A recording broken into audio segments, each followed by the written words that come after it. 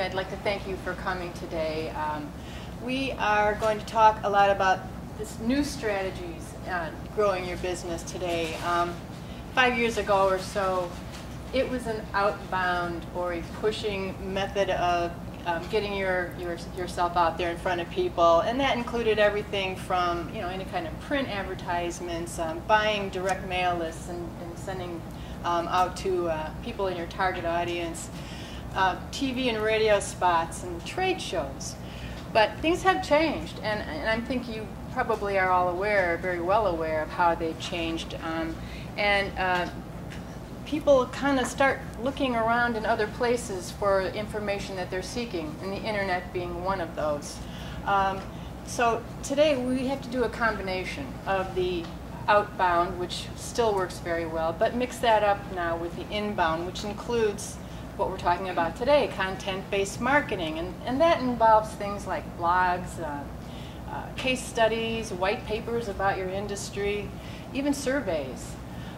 Integrated marketing, which Rick will cover in pretty great detail, and also the use of your websites and specialized landing pages for turning the leads that you get and converting them into customers.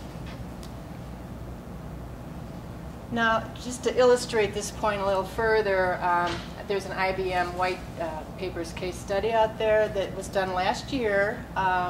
These are chief marketing officers from 19 different industries, 64 different countries, so it's global. And the outcome of the conference illustrated that what they find is the empowered customer is now very much in control. And empowered means they're smart, they're savvy, they research and they want more information so they can make good decisions, business decisions. Delivering customer value is paramount. That's a kind of a given, but even more so. Marketers must be accountable for what they put out there and for, being credible and viable business-to-business partners. And then it also requires new approaches, which is what we're talking about today, tools and skills. But overall, they all agreed that they have to understand and deliver value to that customer. Now, understanding not just the customer, but their industry as well. And understanding the customer goes beyond just demographics. It includes knowing their personalities and knowing, what's important to them. You have to really know their personas.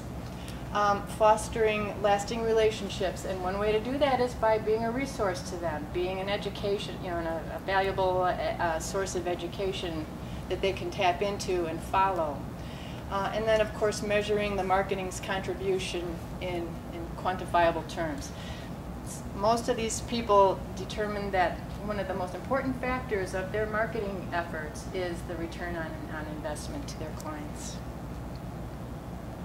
Now, this is people do things for their reasons, not yours. This is a principle that we all kind of have to very much guide our sales efforts by.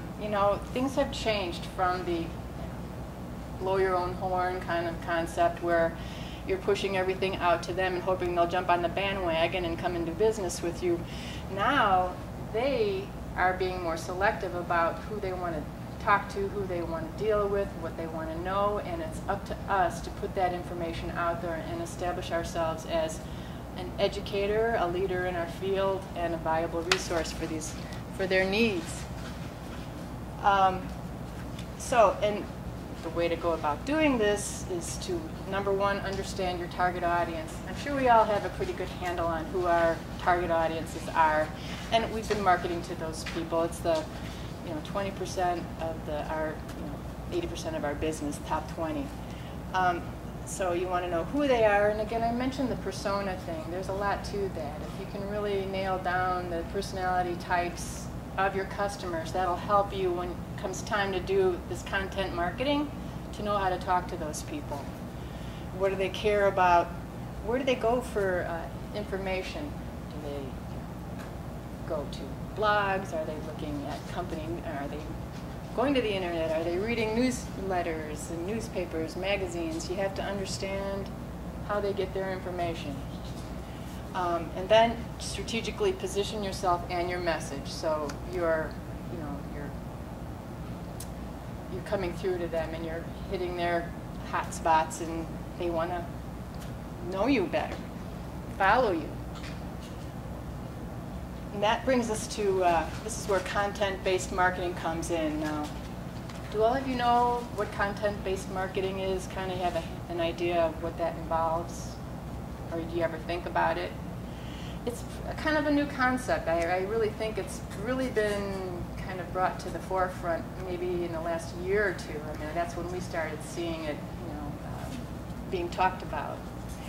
And it's giving your target audience and others that you would like to maybe develop a new niche for information that is pertinent to them, it's relevant to them, and it makes them want to engage with you in different areas, wherever they hang out, to learn more, because it's advantageous to them. And that could include, industry trends, either your own industry or industries that you're trying to develop as clients, announcements, anything like that. It will involve pretty much your business, talking about who you do, what you do, but you're not going to do the hard sell thing on this. You're not going to, really promote the features and benefits of your business so much. But, kind of put it out there so that it's something that that they would find beneficial to themselves. So some examples of how you deliver the high quality, relevant, and valuable. How do you deliver that to your target audience, your customers? It depends. It depends on who your audience is and where they like to find their information. And I'm gonna kind of get into that. But content-based marketing, that's the stuff. Then you want to put it out in certain channels. That's where you go with integrated marketing and so forth. But you have to understand, do they go to Facebook to find their stuff? Do they go to your website? It all depends. That's where you have to understand the buyer persona. It's quite a science, actually, really, to do this right. But it's very successful in really nailing a customer and getting them interested in you.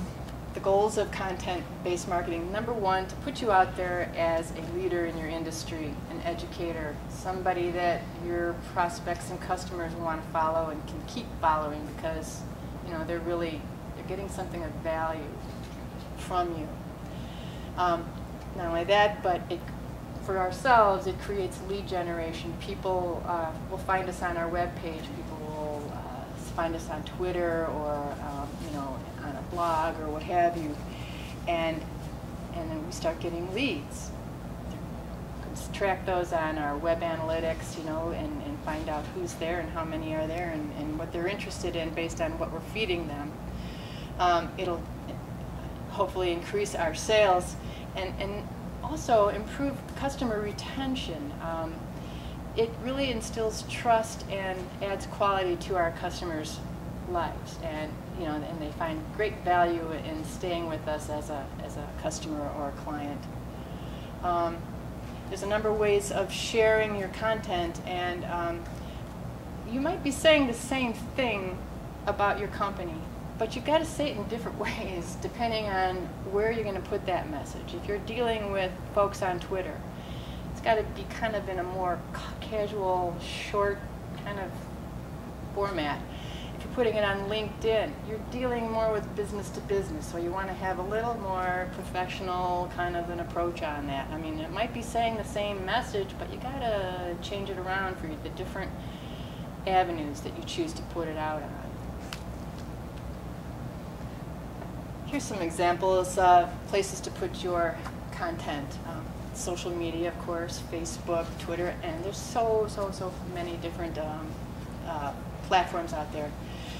E-newsletters, these are kind of the gateway to deeper information about your company. It kind of throws a little bit more out there and makes them interested in learning more, which you could do by providing downloads of surveys, white papers and so forth that focus more on a particular subject or a particular issue or what have you that's important to the readers. Video is great. I mean, this, now you're, really putting yourself out there. They're seeing who you are. They're hearing people talking about you, saying good things, and that really starts to build an engagement. Webinars and seminars, I'll tell you what, seminars have really served us well. We've been doing them for 12 years now, and we're providing content to people that want to know about the printing industry, that want to know about social media or nonprofit organization and marketing for nonprofits, which we do a lot of that. Great content marketing right there, and then of course mobile apps. Now we've got the Chamber's mobile app for what's hot, what events that are coming up and so forth. That's maybe not so much an example of content marketing, but boy, mobile is sure taking hold, as you well know. So how do you leverage mobile apps? Is it like a QR code? Yes, a QR code is the way you can do that. You can put in a URL to pretty much anything.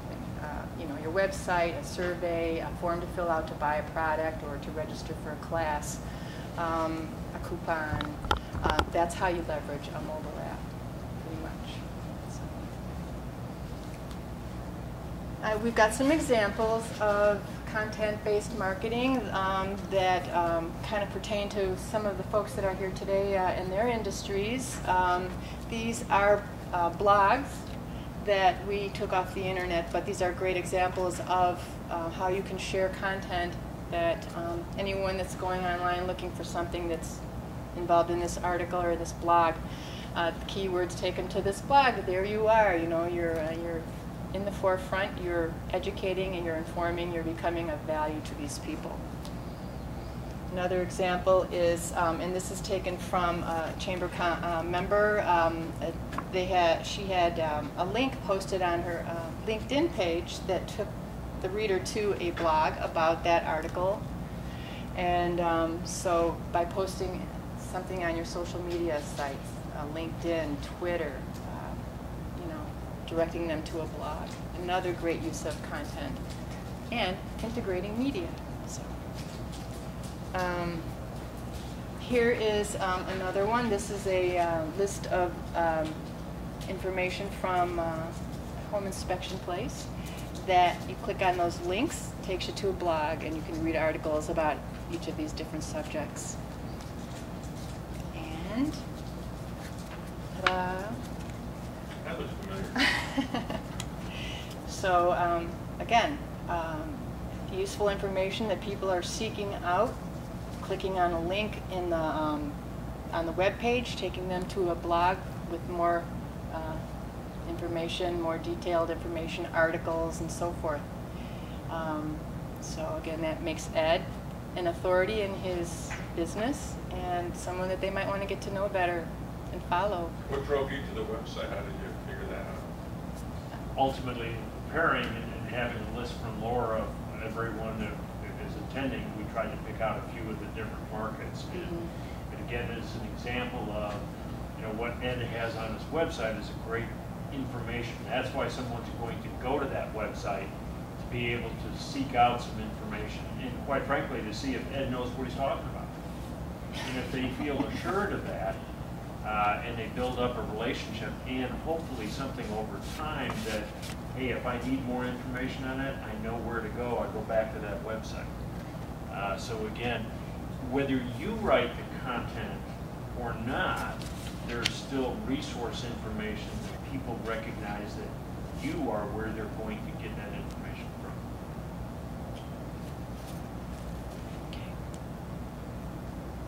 from. Here's another study that's quite interesting, and I'm sure you're probably thinking this very thing. According to the Content Marketing Institute, people's greatest challenge is, okay, so where do I come up with all of this great content? And you have to keep it going. You have to, in the sales process, it's just not a one-time shot. You don't just post a blog and that's it, you're done. No, you got to keep putting stuff out there. And it has to be relevant and it has to be timely. Well, how do you do all that? How do you get all that information together? Well, You create a content factory for yourself. As marketers, we're responsible to come up with this information. First of all, you got to know your customer. You got to know what their interests are, what their needs and issues are. So that's where you start. And you know what? Start with your own staff, people in your own company, management. They deal with customer issues all the time. They know their hot buttons. They know what people are looking for. Tap into them. Your IT people, your technical people, I mean, they could provide great content information about technical issues related to your industry, if there is any. And again, I can't stress this enough. Buyer persona. Get to know who your buyers are. Get to know them inside and out, and even speaking their language, because that is going to turn their heads, make them look at you as somebody they trust, and want to get to know better and engage. Always do your research. I mean, read newsletters, read blogs, read your customers' blogs,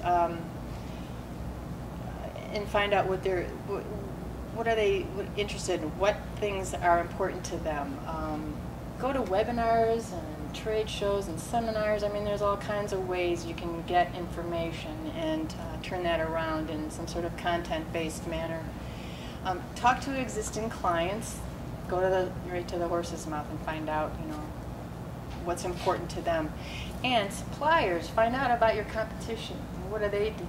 How are they moving their products? What are they saying to their clients and so forth? So these are some great ways, though, to build content for yourselves.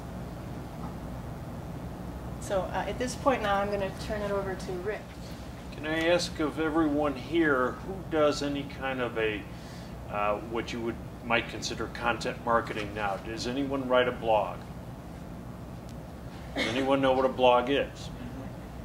Okay. I mean, I do know what it is, but I have my own personal beliefs about blogs. Maybe, I don't know, you have your own insight on it, because I think that people, say, self-employed, have small businesses, blogs take a lot of time. I mean, it is great for search engine optimization, it is great, but it takes a lot of time, so I don't know, and I don't know if people read them as often as say they do.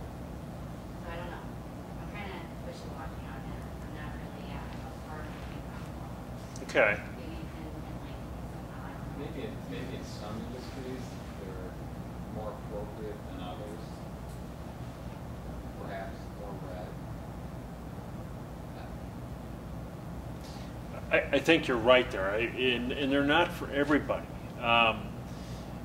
And we're going to talk, I'm going to be talking a little bit more about some of the different integrated forms of media, and one of that is social media. And how many people have Facebook pages? Okay. Now, is that on a personal level or is that business? Business, both? Okay. We've got a business Facebook page. And I created that from my own personal page, because you have to have the personal page first. My personal page, last time I visited, I don't know, probably a couple months ago. I just don't do it. Okay, but business-wise, yes. How many people have a Twitter account? A couple of them. Do you use them? I send out 3 tweets a day. Good man. Anyone else? Karen, you do? I use it a little bit, and it's helped me connect with some potential customers. Okay. Laura? Mine is integrated for the chamber to go from Facebook to LinkedIn and Twitter, so I'm posting once. So it's combined. Okay. Yeah, well, you can do that through TweetDeck. Yeah, Hootsuite and a number of them. And I've got a Twitter account. I've got 7 followers. And I have not once ever made a tweet. Okay, so I'm surprised I even have 7 of them. They're waiting. They're waiting, I guess. On the other hand, They're your family? what's that? They're your family? No, they're not actually. And then all of a sudden I'll get this notice that says you've got another follower, and it's like, okay, good for you. But on the other hand, blogs. Those followers, there's a lot of spam out there. Yes. There's a lot of weird stuff out there. It's like, you gotta be careful. Yeah. Even if you don't tweet out anything, you may find somebody following you that you don't want following. That you don't want following you. Great point. But to your point about the blogs, I have written a blog twice a month for the last 2.5 years, religiously. And that's something I'm very comfortable with. where does that come from? We do a printed newsletter at CL Graphics, and I have written articles and information on there for the last 11 years. So it's just something I do, and it's not a big deal for me. So everybody's a little bit different. Every business is different, and more importantly, like Ginny mentioned, what is that persona of your client? That's what you need to identify with. And if there are people that read blogs, or if there are people that are on Twitter, that's how you need to connect with them. So it's different for everybody. I'm still trying to figure out how to drive people off of Twitter to my website, right? I mean, the whole idea is my tweets are basically mini budget enhancing tips is what you showed up on the screen. Mm-hmm. And, you know, the idea is if it's a value, which you're talking about, you know, I don't just, hey, I just got through shaving or something, you know, that's not the roots of business thing. You know, how do you take the followers, you've got people out there supposedly reading your tweets, how do you turn that into driving them to your website? Well, and there's a few different ways there. You can embed a tiny URL or something that directs them obviously to that. You can also, as Laura mentioned, the idea that your tweets also interact with Facebook or LinkedIn, and that's where you can get a little more content based into it ultimately at that point and drive people to the website, or from the website to your Twitter account. Right. I mean, it is an integrated strategy. I was just curious as, you know, just from the point of view of Twitter. I mean, Twitter, LinkedIn, and Facebook are all connected. All connected. Or should be connected. They are. Right. Well, and that's what we're going to talk a little bit about now, is the integrated marketing end of it. And I'm going to start off a little bit by talking about the marketing process in general, and just kind of a 30,000 foot view of marketing and kind of what the whole intent is, if you will. And it really begins with, you know, what is it that you sell? Is it a service? Is it a product? Is it a cause if you're a nonprofit organization?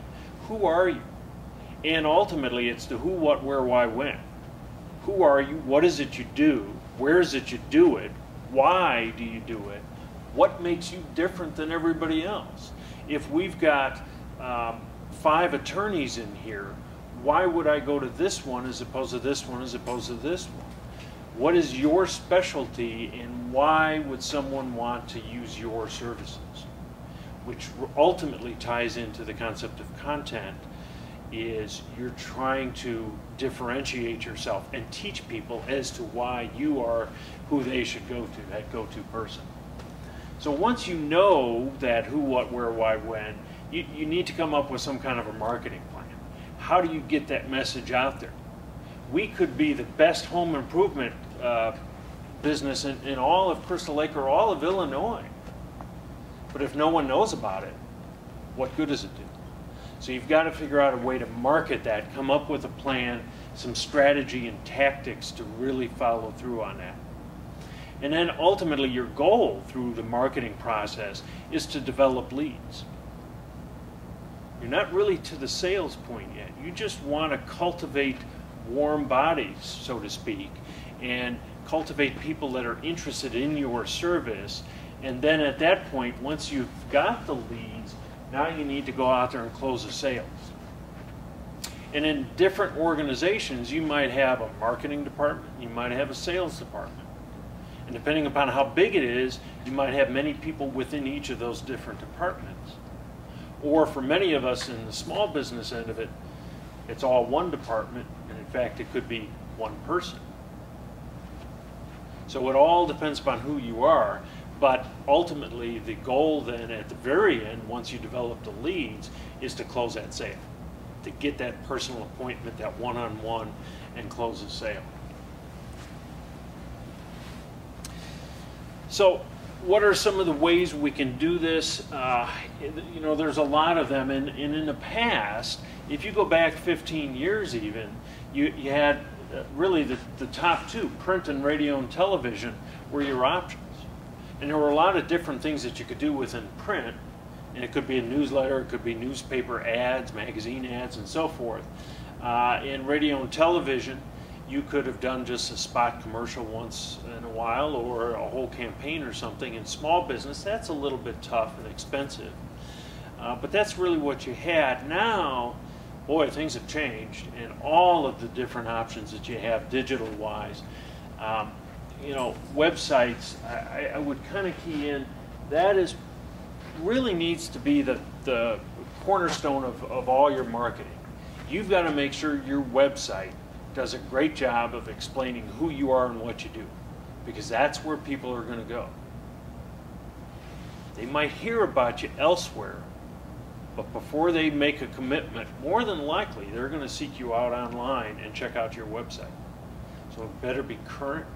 It better be something up to date that doesn't look like it was created back 10 years ago. And that's a challenge, but that's something that you really need to do is keep that website current. But you have so much more out there now. The email newsletters, like Laura mentioned, to go out Monday morning at 10 o'clock. Video is a great thing. Video is huge. If you really want to enhance your website, embed videos in on that website. Who owns YouTube? Google. So why do you think it's such a big deal for search engine? They own it, so they're going to push that video into it. And mobile marketing. Wow, these things are huge. Not literally, but as big of a deal as they are now to us, just think 5 years from now or 10 years from now, what's going to be involved in that mobile phone, that smartphone that you have. Everything. You got it. And there's things we don't even know about yet that are going to be huge.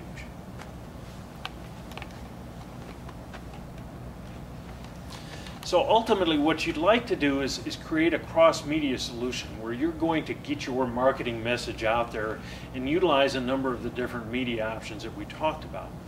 But even better than a cross-media is what I'm going to call an integrated media solution. And that's the same, except that you're going to coordinate one form of media and that's going to promote an action to interact with another one. And you're going to build on a campaign. And as an example of that, what we had done with the presentation that we're doing here. We had an announcement through a direct mail program, but then we built on that to another level. And if you turned it over on the back side, you could have a QR code that keyed in a mobile application to take you directly to the website to register for the event, or you also had a video down here. How many people actually saw the video? Okay, 3 out of you. So, you know, it's about half. Does anybody in here other than you and me know what a QR code is? I don't know if Yeah, I should have asked that when you brought it up. I recognize that square thing as being it, but I You don't don't know know how what it to. does. You need a iPod or something to read it, and then if you have that in internet connectivity, it will take you to wherever But that how do you create one? Oh, well, I can Google that. Online, you can create them online, you just needed your URL, you know, whatever it is you're driving them to, and it'll generate a little box like that specific to your URL. It's really easy. And there's different ways and different levels that you can do it. Anyone can go online. There's a number of different applications to create a QR code. It doesn't cost you a thing. You're somewhat limited by what you can do. You typically cannot track that. If you want to track it, you need to pay some money for that, a capability. And now you know when, if you send this out, you know when somebody's clicking on it. And there's different levels of it of what you can do. You can create a QR code that's specific to one website, or I can create a QR code that I can change the URL to it. So again, depending upon the level of service that you want, you can do something for free, or you can create something that might have a cost to it. So the concept that we're trying to promote here is that you really want to have different forms of media, but they're all intertwined with each other. It's not independent. One builds on another, and that's really where you're going to get the most response out of that. And I have an example here a little bit, which I'm going to create just this fictitious company that sells widgets. Does everybody know what a widget is? It's a fictitious thing. that Okay. Companies always make. You got it, and Karen uses them all the time. Well, this company here they want to market widgets, and they've been doing widgets for a long time, but they're just coming out with a brand new widget that is much more improved than the other one. And so they want to come out and market it. Well, if they do it, they've already gone through the concept of the who, what, where, why, when. They know what it is. They know who their existing client base is, which is really kind of key. Because if they already have it and they want to sell the next version of that, it's natural to go to that existing client base. So they're going to do that, but they also want to go out and get some prospects. And the neat thing about this widget that they just produced, they know that, I mean, everybody is going to use this widget, but the best people to use that widget are people between the ages of 25 and 40. They own their own home.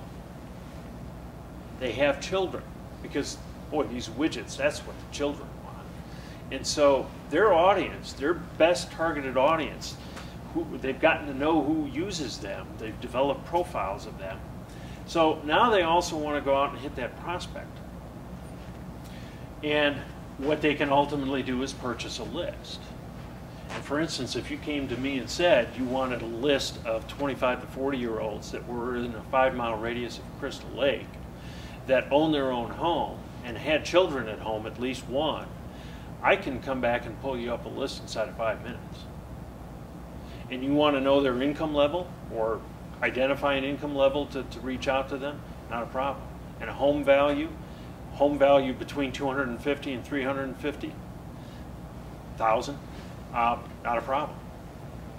Can't really do that with email lists, but that's okay because their existing client base, nearly 30% of them, they have an email address for.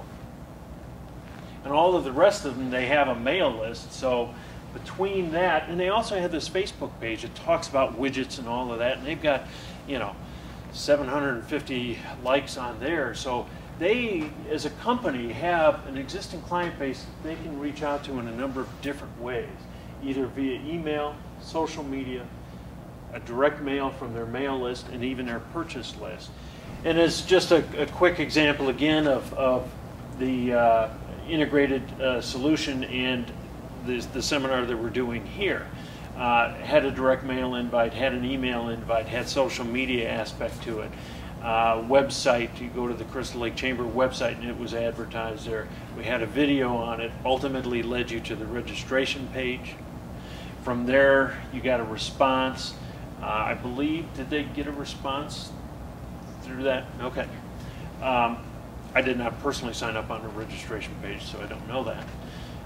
And then you're to the seminar, and I'll pretty much guarantee you that afterwards you're going to get a thank you email from Ginny or I to say thanks for coming and inviting you ultimately to follow the blog and Facebook and Twitter and YouTube account that we have. And so the idea is that, again, you're going to come back around and we're going to, even if we develop a relationship here that you're interested in more, we want to continue that discussion for future.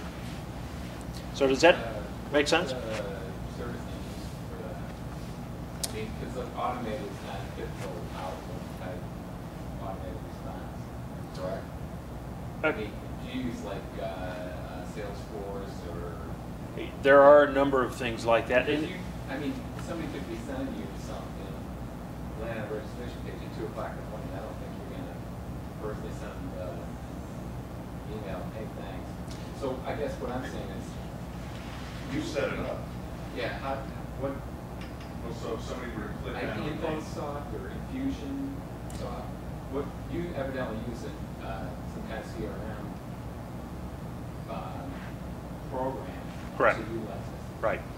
And there's a variety of them out there, and it also depends upon the website. In the case of the chamber website, you've got the ability to create that. If we do a landing page on our website to do either a landing page or a registration page, likewise we've got the capability to do that and create an automated message. So as I start to finish up a little bit, I'm going to suggest that marketing is not a single ad. I mean, if you really want to market your product or your business, it's just not a one-time shot. You've got to make a continual. You've got to have a plan for it. know what those goals are, determine what the strategies and the tactics are, and then go ahead and implement the campaign. But then you need to measure those results and find out how did you do, good or bad, and then to come back and then modify them and make the changes. And if you're not getting a good response through one area, do you change the presentation of it a little bit, or do you eliminate it entirely? Those are the things you need to decide a little bit and figure out for your audience what's the best way of doing it. And you also want to customize that message for different markets. And this is something that Ginny touched on a little bit, is that persona. Who is your best audience? We can actually do a profile. If you have a customer base, we can come back and take that customer base and kind of do a reverse search for prospects. And we can identify that Ed is of a certain age group. This is a little bit scary here, but we can, if we can find Ed within any number of the millions of databases that are out there, we can find out his age, his education level, if he owns his own house, income level, what kind of car he drives, and so forth. Really kind of scary. But the point is that we could come back and do a profile of 250 of your best clients, and now we have a feel for, they are typically of that 25 to 40 age group. They have children. They own their own home. And so now if I'm going to reach out from Crystal Lake and go to Chicago, I can use that same profile to get other people. How do you buy a list of demographics like that? There's a lot of different services that can provide that. We can provide that for you as well, but ultimately it's yes.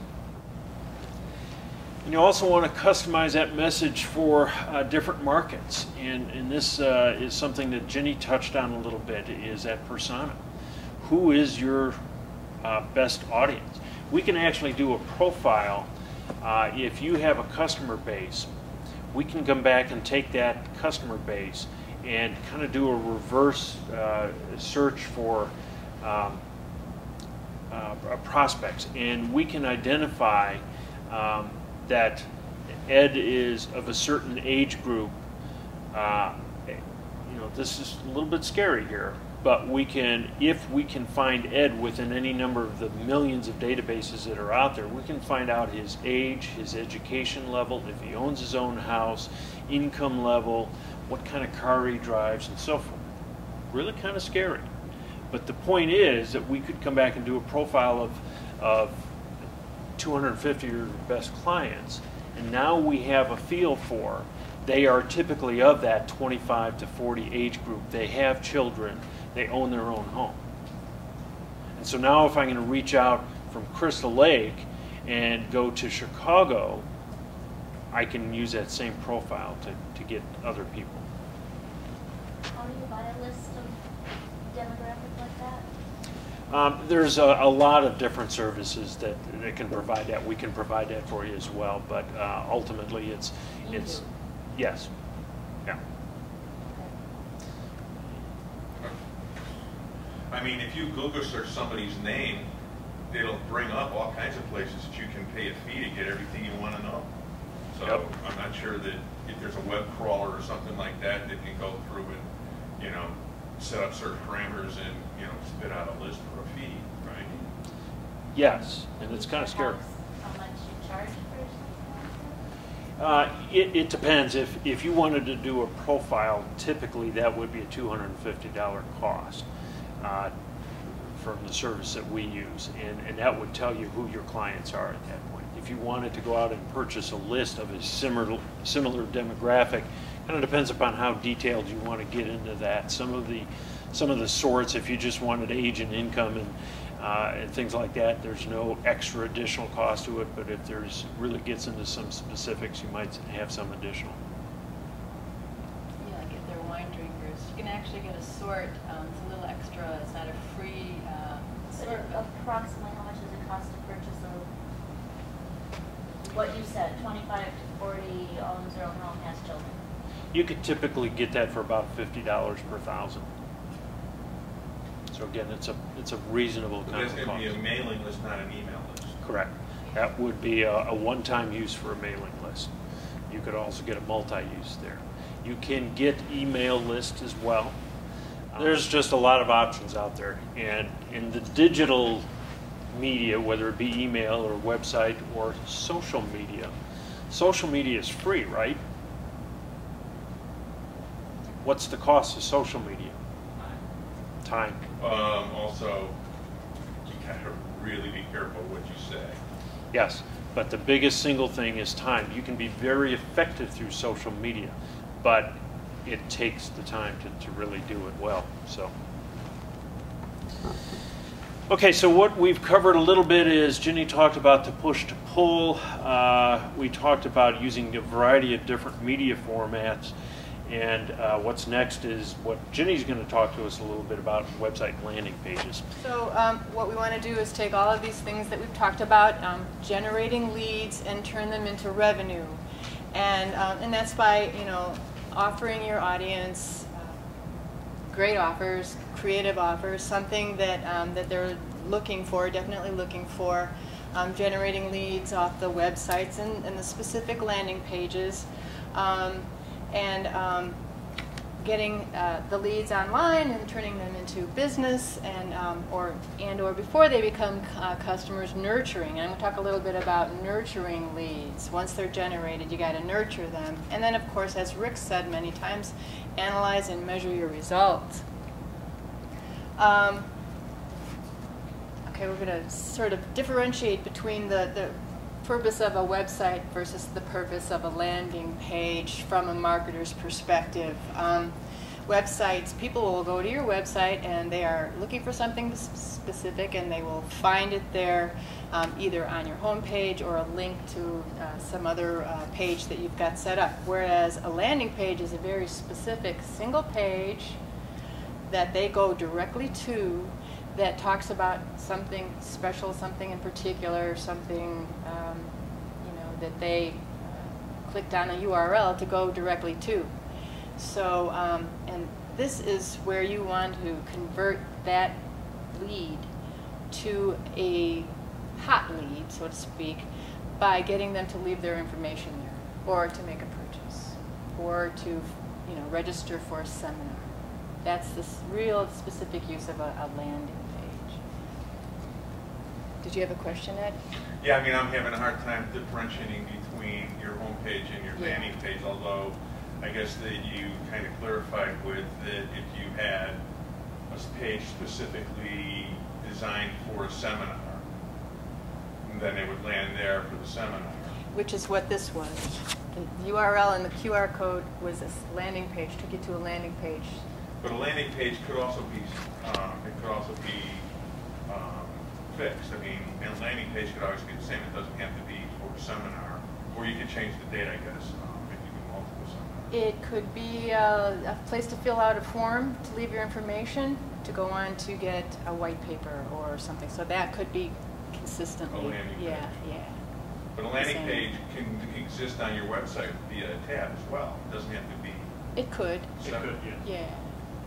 But, you know, it's kind of something that's created for a specific promotion or a specific event, or, you know, like what we, you know, advertised our strategies for growth landing page, through a landing page.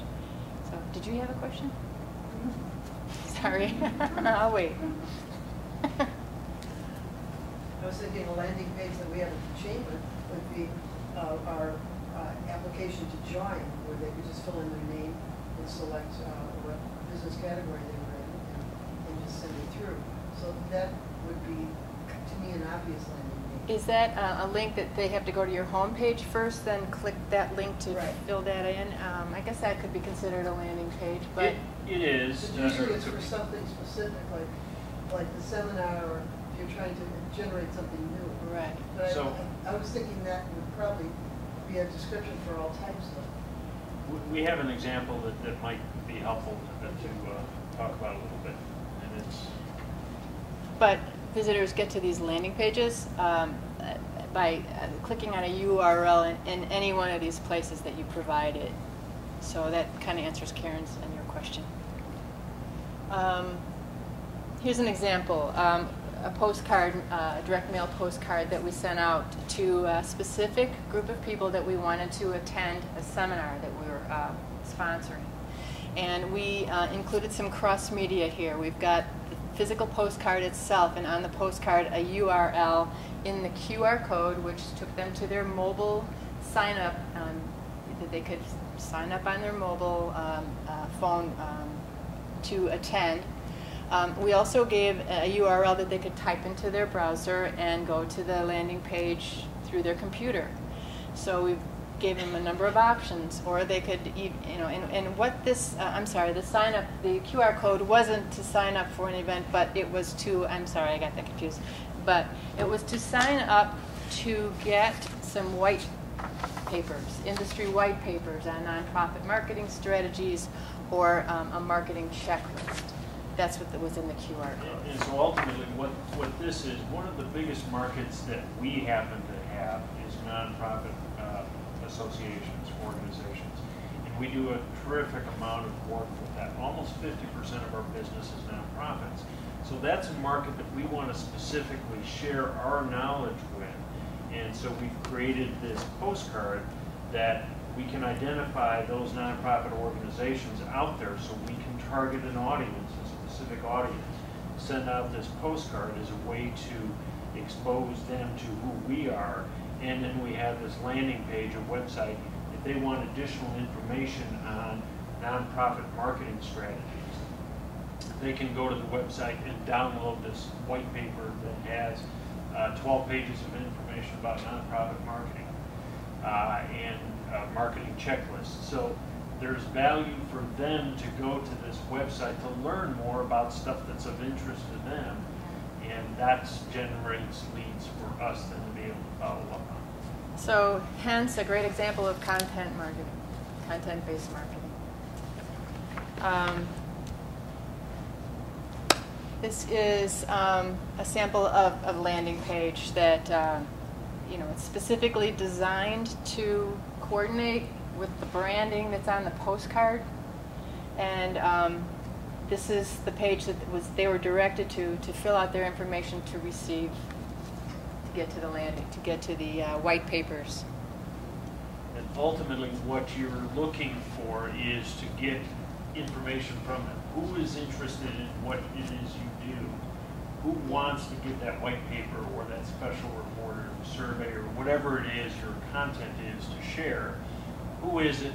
We want their name, their address, their company, their email address. So now we have somebody, we have a warm lead that we can go back in and talk with one-on-one and follow up on. So, in particular, this landing page, did you tie the ability to get those white papers to fill in that? Yes. Click on, and then it would automatically send the white paper, or send the link to the white paper. They can download it. Or would let them access a particular page. Exactly. They cannot get to that white paper until they fill in their information. Once they have that, then they can download that. Once they download it, then we do an automatic response to them. Thank you for your interest in DDDD, and if you would like additional information, we would be happy to talk to you. Now, typically, Ginny or I would then likewise follow up on that. Not immediately.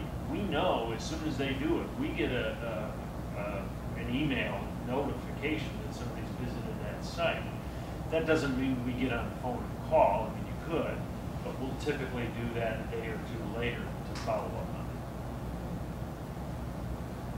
it. And I know that when I ask for information or download white papers from some industry that I'm interested in, I'll get a call within 48 hours from that person saying, I noticed you're interested in our business. Best uses for landing pages. Again, we talked about some of these, so those are pretty obvious, pretty standard places to direct your target readers. I'm going to talk a little bit about what's good to involve in the creation of a landing page. Of course, relevant messages that are of interest to your readers. Create a strong call to action. Make sure it's very clear what it is exactly that you want them to do. Make a purchase, fill out a form, you know, whatever. Design, people really don't want to have to read a lot, so you got to keep it sweet, short, and simple. Bullet points are great, you know, just kind of keep it very clean and to the point. You don't want to get them off the landing page. You don't want to provide a bunch of links taking them to some other place unless it's to get to the, you know, the white papers or whatever information you're offering them. But, you know, you don't want to direct them to a bunch of other pages. You want to get the actionable item done on that page if possible. And again, that's leaving their information or making a purchase. The other thing that a lot of people really should consider is the submit button. There was a test done by W Promote, it's a marketing firm. They found that the low commitment buttons with next and submit had a higher conversion rate than anything that might have been a little more, you know, asking for a little more than Next. Next and submit. Next was the big winner. Take advantage of trust indicators such as testimonials, endorsements, videos from satisfied customers, you know, press mentions, and so forth. And web security certifications, very important. The psychological aspect of colors really is something that does come into play. We all know about that, and you know, consider different, you know, colored backgrounds for your landing page to evoke certain emotions. So that's another factor you want to kind of keep your mind on as far as design goes. And then, as Rick mentioned, the testing. And now the typical way of testing a landing page is by going the A/B route. There's two ways of doing the A/B thing. One would be to create a landing page and put it out there for a while and see what happens. And then change it up a little bit, change your offer, change the look, and put that one out there and determine which one has the best response. But the preferred way to go is the simultaneous campaigns, because you got two versions out there at the same time. That way, if there's any environmental situations, any kind of, you know, weather, earthquakes, terrorist attacks, whatever, we all have to kind of, you know, that could affect if you're doing an A/B, one and then the other. So you want to do them simultaneous. That's the best way. And then, of course, measure the results. In this way, you can find out which is the best, and or, you know, if you're only going to do one, what do you need to do to make it more effective and get better readership and response? Okay, lead nurturing. That's what we were talking about. Once you get a lead, they're not going to buy right off the bat. They're not going to become a customer right away. I mean, you typically have to keep nurturing those leads through the sales funnel process. And by doing the same things that you're doing to get them to respond initially, and, you know, continue to go after them with emails or blogs that are of interest to them. Keep them going in social media. Keep, you know, having them follow you on social media. Send them their newsletters. Just keep after them. Stay top of mind. This is kind of an illustration of a typical sales funnel. I think we're all kind of familiar with how this works, but you want to keep filling the funnel with prospects, and don't forget the customers. Keep after them as well. Customer retention is important.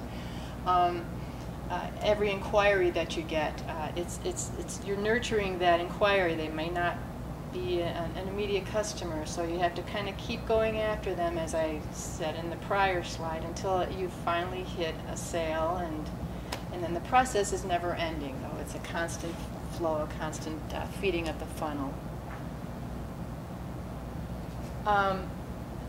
Okay, registration forms. Just like you have to test your landing page for effectiveness, your registration form is also very important. A lot of people don't consider these. Now, I think you may have, if you fill out the forms for white papers, many times they're going to ask you questions that, you know, I just want a white paper. You know, all you should get is my name and maybe my company name and email, but don't overdo it on the registration form.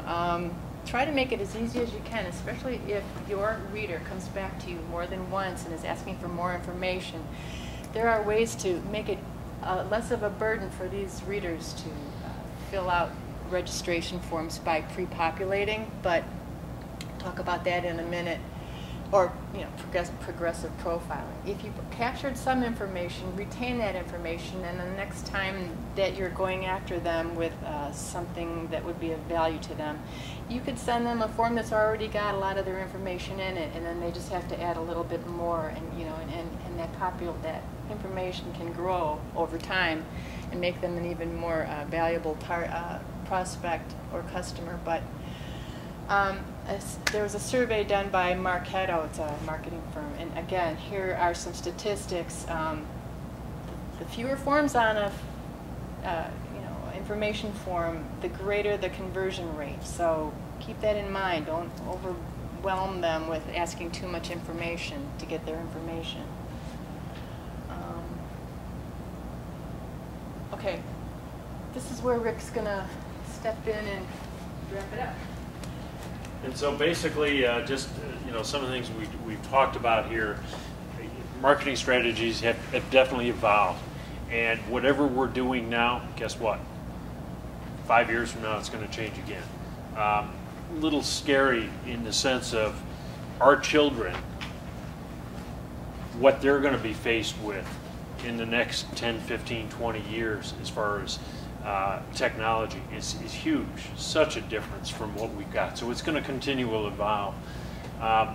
One of the things that's key, though, is if you continue to do the same things that you've always done, you're probably going to get the same results, or more than likely, those results are probably even going to drop a little bit. So you need to be willing to try some new things. You need to really be proactive. You need to establish yourself as an authority. Or again, why is it they buy from you as opposed to somebody else down the street that does the same thing? What makes you different? How come you're better? That's what you need to try to communicate. You want to try to increase really the number of touches that you have and reach out to people in different ways. Integrate that message, and then ultimately you need to measure those results and make sure they're working for you as well too. So any questions, I guess, at this point? Wrapped up what we've got and open to anything that you might say, hey, what did we talk about? I did find it strange that 22.9% click next as opposed to submit is higher. But if you have 9 fields or 7 fields, you're looking at 10% conversion. I mean, is that kind of, it's kind of, you hit next, you're assuming you're going to fill out more. Or next could take Instead you of to submit. next. The conversion rate for that, I don't find that. I think people want. Somebody's not going to necessarily, if you're looking at something that says, submit, you're not really committing to anything, or some of the other. I think you would lose more people by hitting next instead of submit, because then they think, okay, I've got more to do. So then you lose that. And as you mentioned, that if they fill out 7 to 9 field form, in the form, you got 10% conversion rate. It just, I don't know. It doesn't. Well, there's a really, really close percentage between next and submit, wasn't it? Yeah, it was Yeah. really. It's not- That's kind of what I'm saying too. I mean, how could you set close? Because I would think that they would completely drop if it was. Well, I mean, I if would you brought up think that, it would be if you high. brought up that slide again, I mean, it was 20% roughly for each one, so I mean, Right, you know, 22.9, personal 22.7, feel it about it, was like right? the same thing, but then you have a conversion rate that's much, much lower, if you have more fields. You know what I mean? I think, The more you fill out, the lower I think if you conversion look rate. at 10 fields to fill out, you're going to look, oh my God, I want to give my name and my email address, and I'm going to download a white paper. I mean, you give them that information, and, That's why I you know, think 2 the or 3 next button people- is not, I don't know how. Well, so I mean, are we talking filling out for a white paper, or are we just talking about an online purchase? Just in general, when somebody sees submit, they're thinking they're done. And Yeah. when they see next, they're like, okay, you know what, I don't want to continue on. So, I guess it all depends on what the nature of the landing page is and where you're going with it. is that strictly for landing pages? Yeah. That's just for landing pages. Okay. That's just for landing pages. If you have, okay, so what we'll have on our website is, okay, call it a trailer or a teaser video, and, you know, with a 10 or 15 second pitch, and I hate that word, pitch, I don't know a better word. Yeah, that's the word. You know, and if it's of interest, let's get started now, click here, or something like that, and it'll take you right to, you know, if you want to buy it, it's like, you know, all you gotta do is, if it's paid, helpful, right? I mean, Yeah. so it depends, right? I mean, if you're looking for information because you want to get them on an email list or something else, then you've got to fill out more information. Yeah. So it's going to be dependent on What are you trying to accomplish on that landing page? yeah, exactly. And it depends, some of that is how much do you know about them already. For instance, when we sent out this postcard that directed people to the landing page, we already know John Doe works at XYZ organization. So technically, as long as I get the name John Doe, I don't care about the organization name. I already have it. I don't have his phone number, and I don't necessarily have his email, so those are important to me. So what is it you're looking for? What's important? And if you already know something about somebody, don't make them fill anything out. Any other questions or thoughts? Karen has a question. Well, you just got my head spinning for different things that I can see that will help the chamber. We could just put a little notes on how to write a press release, or Yes. networking hints, or something like that. And if people click on that, all of a sudden, oops, it's a new name we didn't know about, and then we can follow up on that. And I'm trying to think of the type of thing that would draw Draw 'em in. people in, Get the so engagement they think, this is something I really would like, and I can get it free. Because that's the whole thing. You're offering a service, or offering a thought, or offering something that somebody wants, and if they want it bad enough, then they fill in and you go for it. And so the simpler it is, and more general, or less showing I have to make a commitment, is probably the easiest to use. Mhm. So I'm just trying to think of what would work. That's it. Depends again on your audience too, right? I mean, people that are, let's say, from birth to 40 years old, I mean, they're so accustomed to using media, whatever, their smartphones, it's like, you know, they use them all the time to find a restaurant or whatever, give me the weather, or let's look at the radar. I mean, they're just using it for everything. They're very comfortable with it, right? So, most people in that category I'm going to submit are, if they go to a website, they're looking for some information that's of value before they commit to anything. They don't want to be sold. They want to make that decision themselves. Right, they want to see, hey, wow, okay, that's interesting, that's a value, and, you know, if there's stuff available that's valuable information, and they get it, then there might likely be to take the next step, whatever Right. it might be. Right. That's what they're, in my opinion, that's what they're expecting. And if you're offering that information, I'm sorry. Always have been, but more so now. They probably know more about what's going on in the competitors in the business than you do. Right. And so they're really, really encouraged. Absolutely. That's right, the empowered customer. Well, I That's mean, what it is. everything changing, right? I mean, Mhm. I don't know too many people who watch commercial TV, they TiVo, or they DVR, right? I mean, who sits and watches commercial? I can't stand it. It's like they got to watch commercial. My wife loves the Olympics. We had a black one on this weekend. Didn't see. She watched 2 days of the Olympics in like 2.5 hours. Right, exactly. Exactly. I mean, I like watching a football game, but I TiVo and just fast forward through everything. Well, I mean, if they have a play, I don't want to sit there and watch, you know, the coach is going to go look at the thing and then they're going to protest the call. Give me the next play. I got time to sit here and watch all that nonsense. Yep. Sorry. Nice job. Good job. Thank you. Well, and if, yeah, hopefully we did get you thinking a little bit. If you do have any other questions, Ginny or I will be around to answer those.